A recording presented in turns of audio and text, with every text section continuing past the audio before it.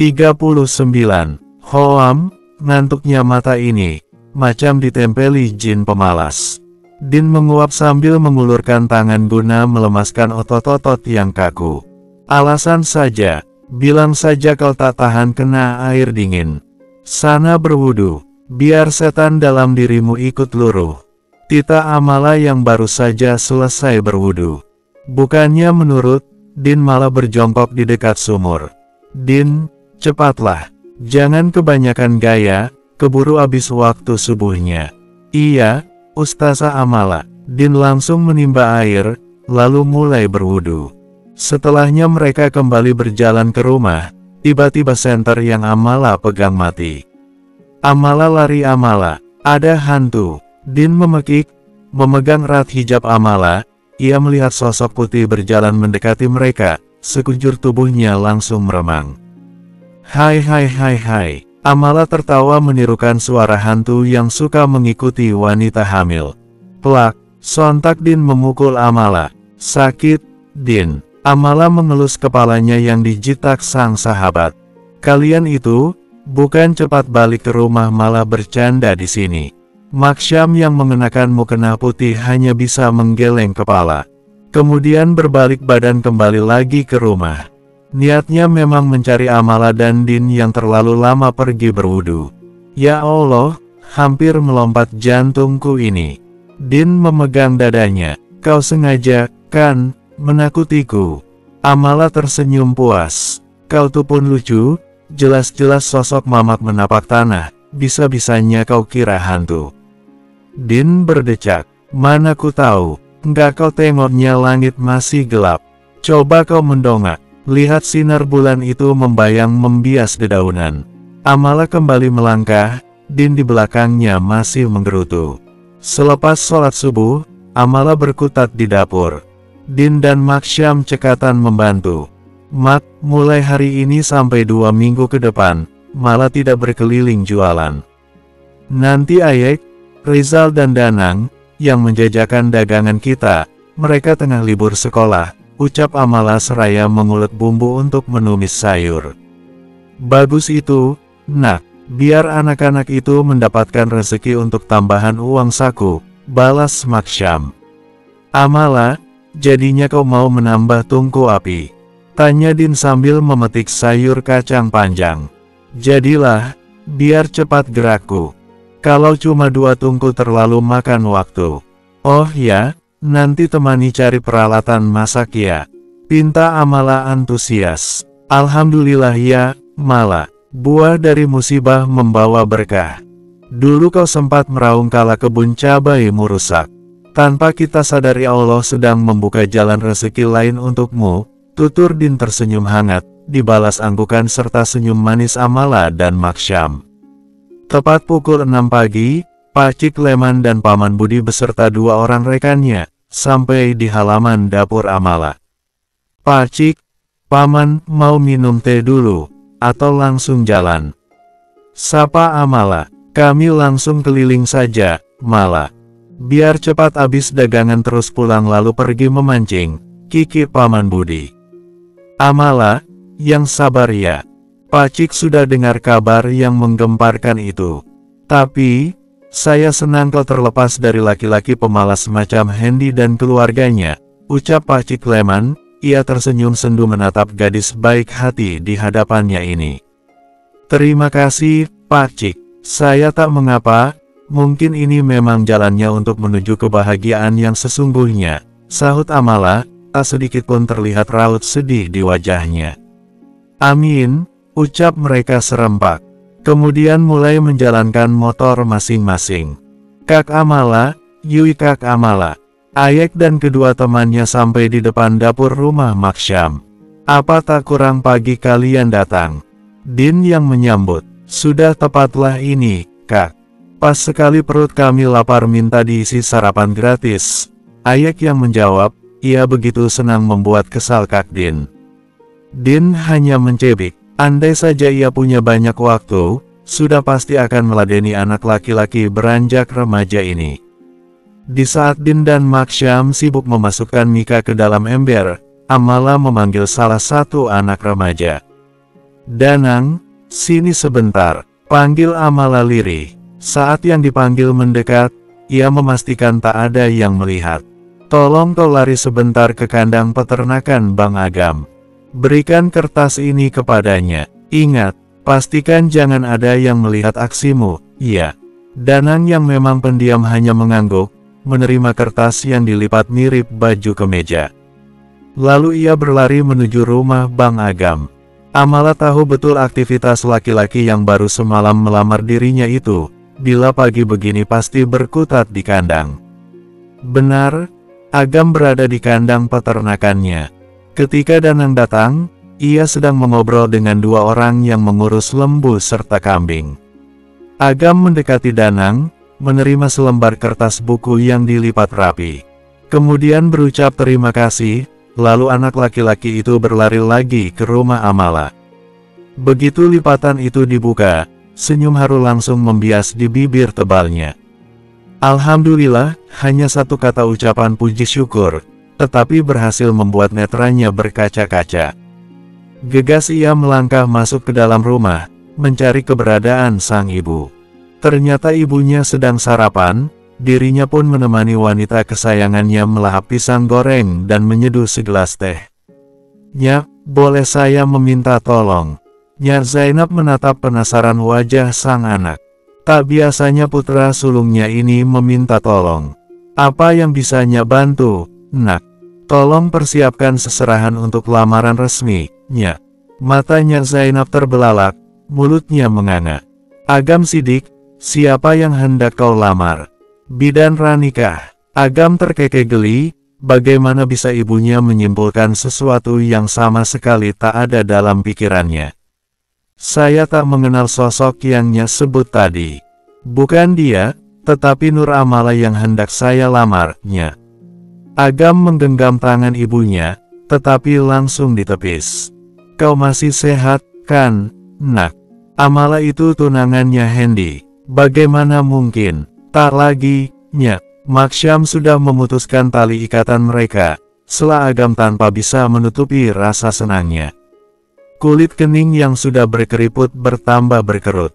"Apa sebenarnya yang terjadi, Nyak? Abang Agam di mana, Nyak?"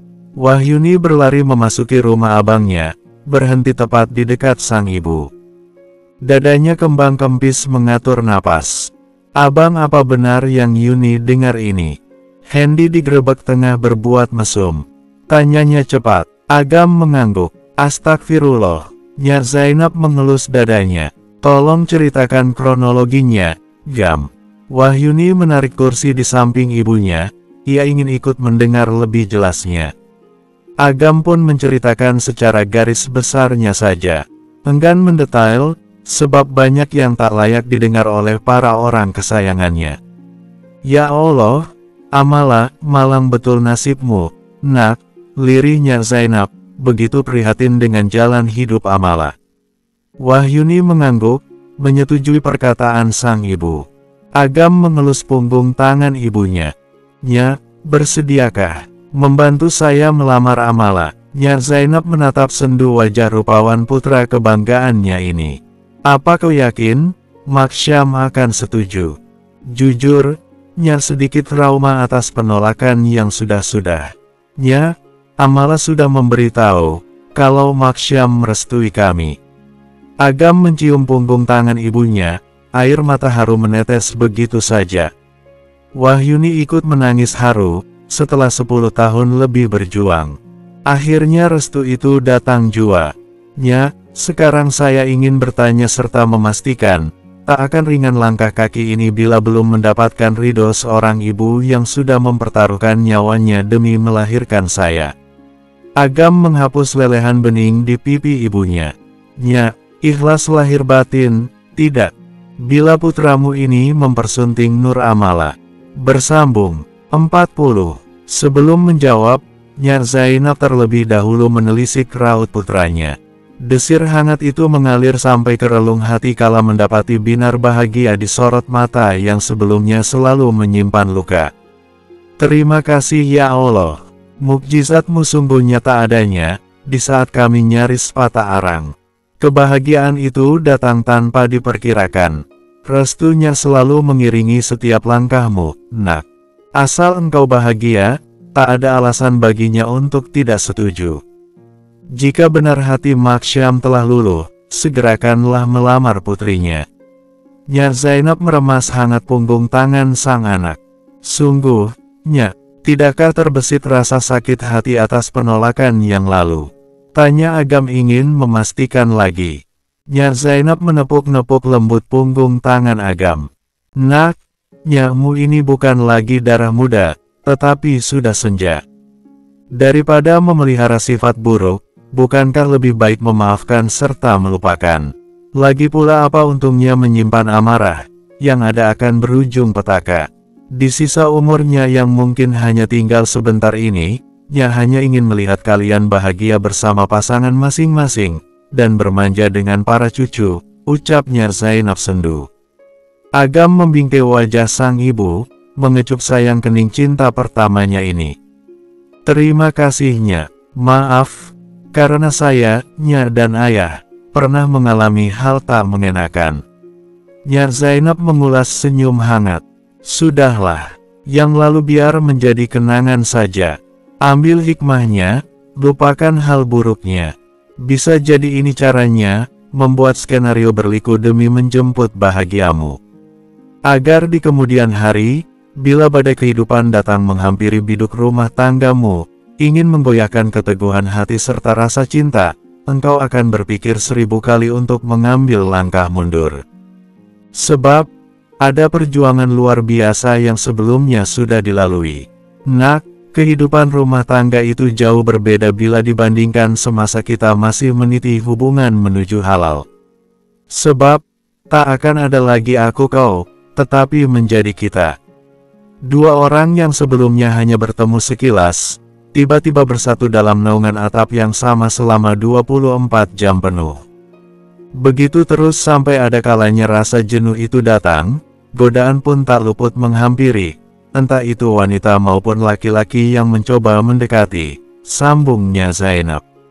Entah rasa cinta yang terkikis, ataupun pandangan kita ditutup oleh setan sehingga menatap pasangan halal tak lagi menarik, tetapi lain halnya bila memandang orang lain. Nah, disitulah muncul apa itu yang namanya membanding-bandingkan. Jalan satu-satunya, tundukkan pandanganmu. Nyak Zainab meremas tangan Agam dan juga Wahyuni.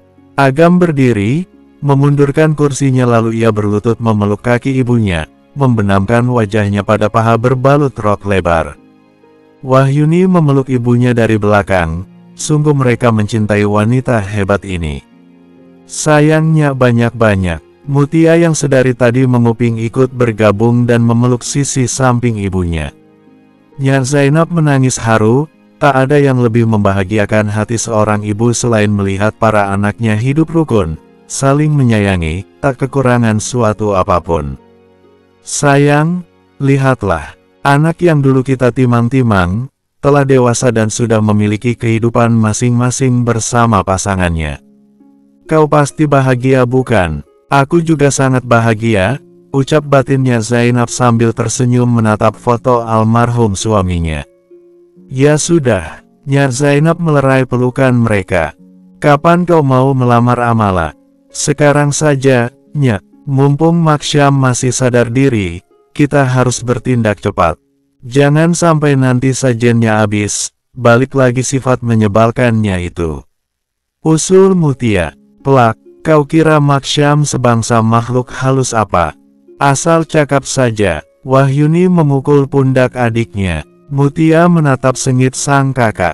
Buktinya setelah peristiwa menggemparkan Yasir pun belum juga sadar dirinya, malahan mencari lagi laki-laki tak benar untuk Kak Amala.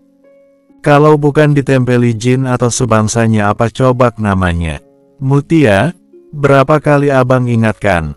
Tak baik memiliki prasangka buruk seperti itu. Apa kau tak takut bila sifat jelek itu menurun ke anakmu? Agam bertanya seraya menatap lembut wajah sang adik. Taklah, Tia juga nggak mau punya anak terlalu baik, yang ada nanti mudah betul dimanfaatkan orang. Lagi pula bila kelak dia nakal, tinggal cakap saja dasar anak ayah. Kalau baik, baru anak ibu. Beres, kan? Kilah Mutia dengan bibir mencebik. Agam dan Wahyuni hanya bisa menggeleng kepala saja. Jangan harap menang bila berdebat dengan si bungsu, seri saja sudah untung. Nyak Zainab mencubit lembut hidung mancung anak bungsunya. Nak, tak elok cakap macam tuh, kita tak tahu apa yang sudah dilalui oleh Maksyam, sehingga dia memiliki karakter yang keras hati. Kita memang tidak pernah mengalami apa itu yang namanya kesusahan ekonomi, tetapi wajib memiliki rasa empati kepada mereka yang kurang beruntung hidupnya. Iyanya, jawab Mutia. Jadi, kapan mau pergi melamarnya? Tanya Nyak Zainab lagi. Nanti malam saja, Nyak. Apa tidak terlalu cepat, Nak? Kita belum mempersiapkan emas sebagai pengikatnya, tanyanya ragu. Kalau soal itu sudah saya sediakan jauh-jauh hari, sahut Agam pasti, yang dibalas gelengan lainnya. Assalamualaikum, Amala, panggil seseorang di luar. Amala sedang mematut diri di cermin kamar ibunya. Ia bersiap-siap hendak pergi menjenguk Ajeng dan Wati. Maci, ada apa? Tanyanya, setelah sampai di ambang pintu dapur. Netranya menatap heran penjaga warung Bang Agam yang datang membawa gerobak dorong berisi banyak barang. Ini titipan dari Nyak Zainab, beliau bilang untuk nanti malam, ucapnya lirih agar tak ada yang mendengar, padahal memang sedang tidak ada siapa-siapa selain Amala. Dek, apa nggak salah, secepat ini? Batin Amala bertanya heran, namun, Amala tetap menerima pemberian itu. Ternyata bahan pokok buat kue dan ada juga daging ayam serta daging sapi beku, telur 1 papan. Nyak Zainab tahu bila Amala pasti belum ada persiapan sama sekali, maka dari itu memberikan bahan makanan mentah. Biar Amala tinggal mengolah menjadi hidangan lesat. Amala saya pulang dulu, ya. Maci kembali mendorong gerobaknya, tetapi berbalik lagi. Amala, jangan lupa dandan yang cantik. Langsung saja pipi Amala bersemu merah. Maci, tolong jangan berkabar dulu, iya. Beres kalau tuh, jawab tegas Maci, tadi juga sudah diwanti-wanti oleh Nyak Zainab, sementara waktu tutup mulut dulu. Ya Allah, apa yang hendak didahulukan nih? Gumamnya bingung sendiri, dia pikir masih 3 harian lagi, bukan sekarang. Sementara di sisi lain, Tari, kenapa wajahmu macam orang habis makan asam sunti? Din bertanya, ketika Tari melintas di depan rumahnya. Aku lagi malas cakap, Kak Din. Tapi, tetap saja ingin ku utarakan ke kakak, ucapnya lesu, mendekati Din yang sedang memanaskan motor. Stres kau tuh, cibir Din. Tari pun terkikik geli. Kak, kau percaya tak? Kalau Bang Agam berkencan dengan Bidan Rani? Taklah, mana mau Bang Agam dengan tiang listrik macam Bidan Rani tuh. Menang tinggi dan berkulit bersih saja. Tapi, depan belakang lurus macam cagak lampu, dengus Din. Ini betulan loh, Kak. Suster Winda melihat Bang Agam berjalan berduaan dengan Bidan Rani di pasar malam kota kecamatan. Sekarang tengah santer kabar mereka yang hendak menikah dalam waktu dekat, terang Tari dengan nada lesu. Mata Din terbelalak. Masa, iya, gosip itu, kan, fakta yang tertunda. Tamatlah sudah hari-hari tenangku bila mereka menikah. Tari meremas hijabnya, ia kesal sekali. Kau yakin, berita ini bukan bualan semata?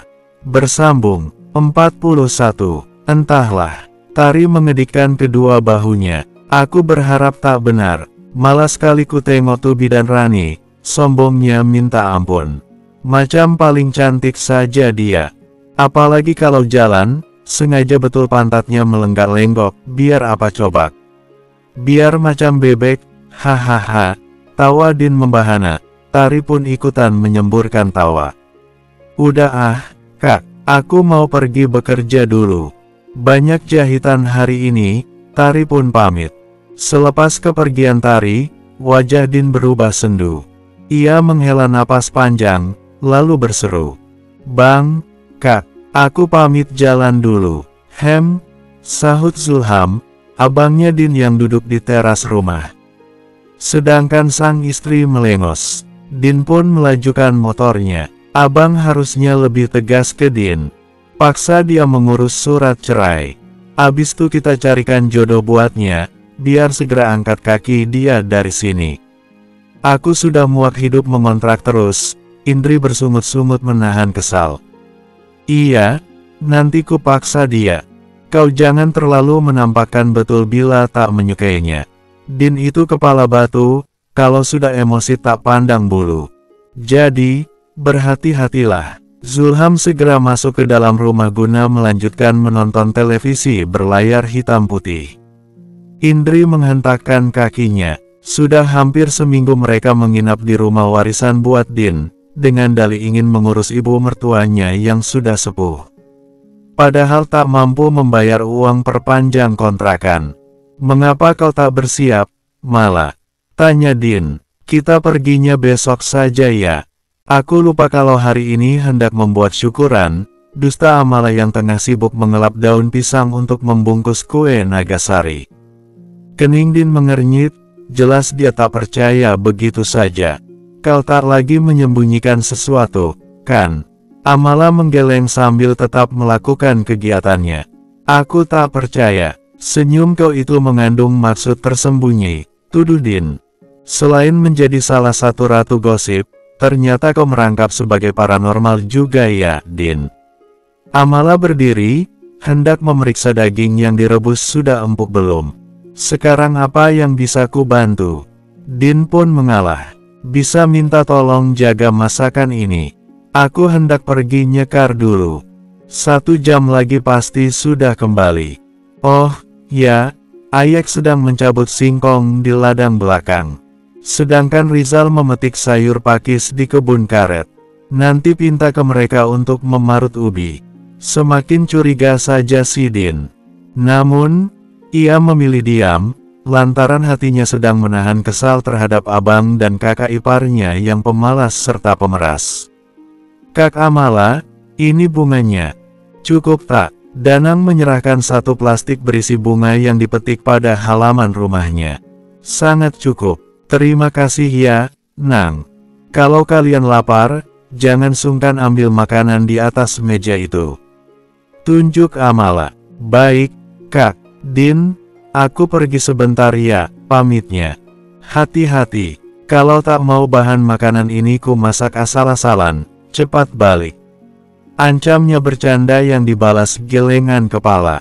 Amala tergesa-gesa mengayuh sepedanya. Sewaktu hampir sampai di pemakaman, tiba-tiba kayuhan kakinya begitu ringan. Dia segera berhenti, menghembuskan napas panjang kala melihat rantai sepedanya putus. Ya Rab, saat ingin tepat waktu, ada saja kendalanya.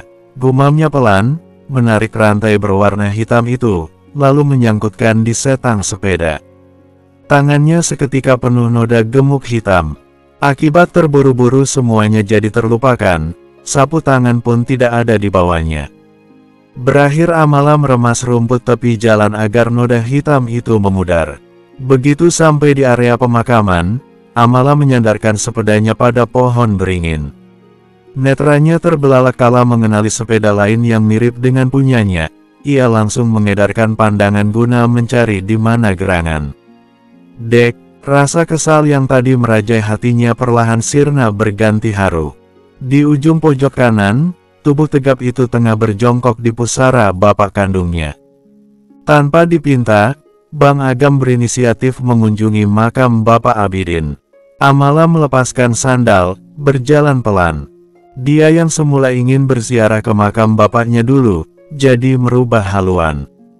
Assalamualaikum Paman. Maaf, Mala baru berani mendekat. Sebelumnya diri ini merasa sangat tak pantas. Tolong maafkan Mala dan juga Mamak, atas penolakan yang lalu. Paman, Amala ingin meminta izin untuk masuk menjadi bagian keluarga Sidik. Mala berharap semoga Paman meridhoi wanita biasa ini untuk menjadi istri Bang Agam. Gumamnya lirih seraya mengelus batu nisan bertuliskan nama Abdul Sidik. Setelahnya Amala memanjatkan doa. Paman, putri kecilmu kini telah menjadi wanita solehah, penuh kasih, tegas sekaligus tangguh. Dulu engkau selalu mengatakan putriku permata hatiku. Sekarang dia tak hanya berlianmu, tetapi ratu di hatiku. Saya tak akan mengumbar janji, tetapi selalu berusaha membuktikan kalau diri ini layak bersanding dengannya. Tolong terangi langkah awal kami dengan restumu. Agam mengusap tulisan timbul nama calon bapak mertuanya. Agam dan Amala sama-sama berdiri, pandangan mereka saling mengunci, perlahan melangkah sampai bersisian. Tak ada yang bersuara, hanya anggukan kepala sebagai pengganti kalimat sapaan, sebab tak elok berbicara di area pemakaman. Bapak, laki-laki yang barusan berkunjung ke sini, dia adalah calon suami Mala. Tak perlu memperkenalkan, Bapak sendiri dulu sudah sangat dekat dengannya. Insya Allah Bang Agam tak hanya menjadi imam Mala, tetapi juga menyayangi Mamak sebagaimana beliau memuliakan ibunya. Amala terus bercengkrama sambil mengelus tulisan nama ayahnya, seolah tengah mengobrol langsung. Tak seberapa lama Amala beranjak, berjalan kembali ke arah pulang. Nur, sampai mana tadi? Sewaktu putus rantai, tanya Agam yang memang menunggui Amala. Amala menatap arah di mana tadi rantai sepedanya putus. Tak jauh dari sini, Bang. Agam pun menatap sendu tangan Amala yang kotor. Kemudian menyodorkan sapu tangan yang sudah dibasahi. Sewaktu menunggui Amala, ia pergi ke aliran irigasi pematang sawah. Seka dulu tangannya, di pipi juga ada noda hitamnya, ucap Agam. Tadi sewaktu bersisian ia melihat noda gelap itu. Terima kasih, Bang. Amala malu, tetapi tetap mengambil kain basah terlipat rapi itu tanpa menyentuh kulit Bang Agam. Setelahnya gegas ia mengelap pipi dan telapak tangannya. Bawa pulanglah sepeda ini, biar milikmu saya yang menuntun. Agam menyerahkan sepedanya kepada Amala. Tapi, tak ada kata tapi, jangan merasa tak enak hati. Kedepannya kau sudah tak lagi sendiri, ada saya yang akan terus merecoki hari-harimu. Memastikan kau aman, nyaman, dan selalu dalam jangkauan saya. Selanya cepat saat mengetahui gelagat Amala yang pasti mau menolak.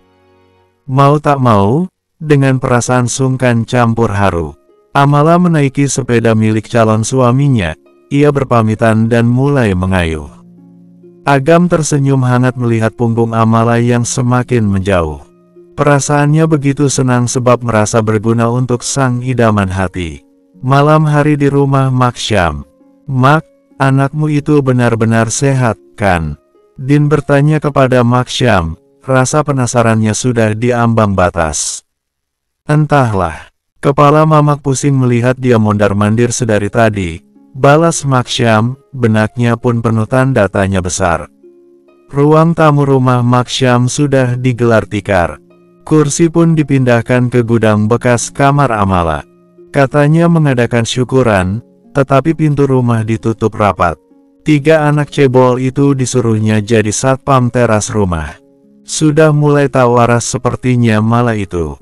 Din terus menggerutu, dia pun sudah mengenakan baju rapi hasil meminjam dari Amala. Amala sendiri tengah di kamar Mak Syam, entah sedang melakukan apa dia. Assalamualaikum. Assalamualaikum wahai penghuni rumah. Mata Din terbelalak, keningnya berkerut dengan alis hampir menyatu. Sepertinya aku kenal suara itu. Siapa yang datang, Nak? Bersambung.